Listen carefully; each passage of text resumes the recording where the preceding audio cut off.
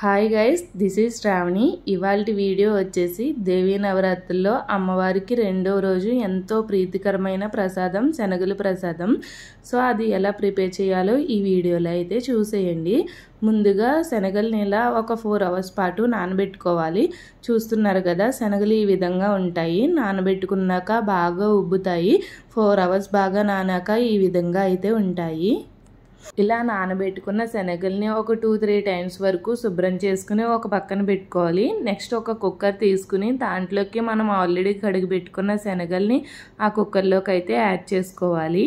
ఇలా శనగలు కుక్కర్లోకి యాడ్ చేసుకున్నాక శనగలన్నీ పూర్తిగా మునిగే వరకు వాటర్ యాడ్ చేసుకోవాలి. చూస్తున్నారు కదా, ఈ విధంగా వాటర్ యాడ్ చేసుకున్నాక నెక్స్ట్ టేస్ట్కి సరిపడా సాల్ట్ కూడా యాడ్ చేసుకుంటున్నాం.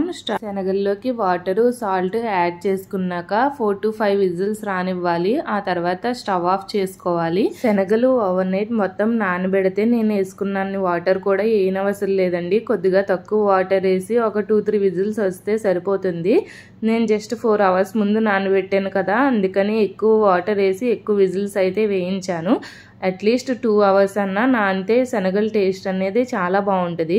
సో ఇక్కడ చూస్తున్నారు కదా, వాటర్ అంతా కూడా డ్రైన్ అవుట్ చేసేసాం. వాటర్ డ్రైన్ అవుట్ చేసాక శనగలు చూడండి చాలా పర్ఫెక్ట్గా ఉడికాయి. ఇప్పుడు ఈ శనగల్ని పక్కన పెట్టుకుని మనము స్టవ్ ఆన్ చేసుకుని ఒక పాన్ పెట్టుకోవాలి. దాంట్లో తాలింపుకి సరిపడా ఆయిల్ అయితే యాడ్ చేసుకోవాలి. ఆయిల్ యాడ్ చేసుకున్నాక అది బాగా హీట్ అయ్యాక 2 spoons సాయి మినపప్పు లేదంటే మినపగుళ్ళు కూడా యాడ్ చేసుకోవచ్చు.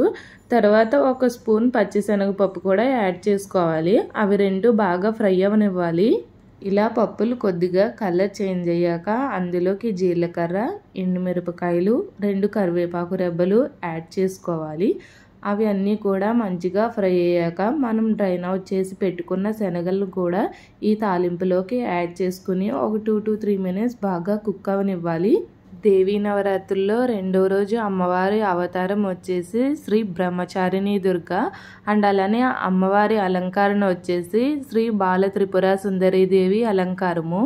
అమ్మవారికి ఎంతో ప్రీతికరమైన ప్రసాదాలు వచ్చేసి శనగలు, పెరుగన్నం. సో అలా ఈ రెండో రోజు బాల త్రిపుర సుందరీదేవికి ఇష్టమైన ప్రసాదం శనగల ప్రసాదం కాబట్టి నైవేద్యం శనగల నైవేద్యం అయితే ప్రిపేర్ చేసుకున్నాము.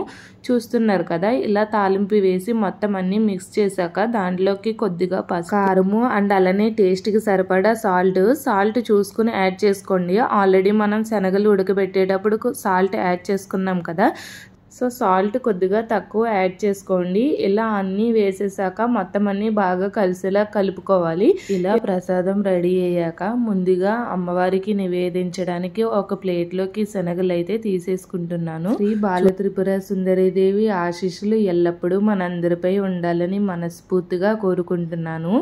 ఈ వీడియో కనుక మీకు నచ్చినట్లయితే తప్పకుండా లైక్ చేయండి. ఇలాంటి మరెన్నో రెసిపీస్ కోసం నా ఛానల్ని సబ్స్క్రైబ్ చేసుకోండి.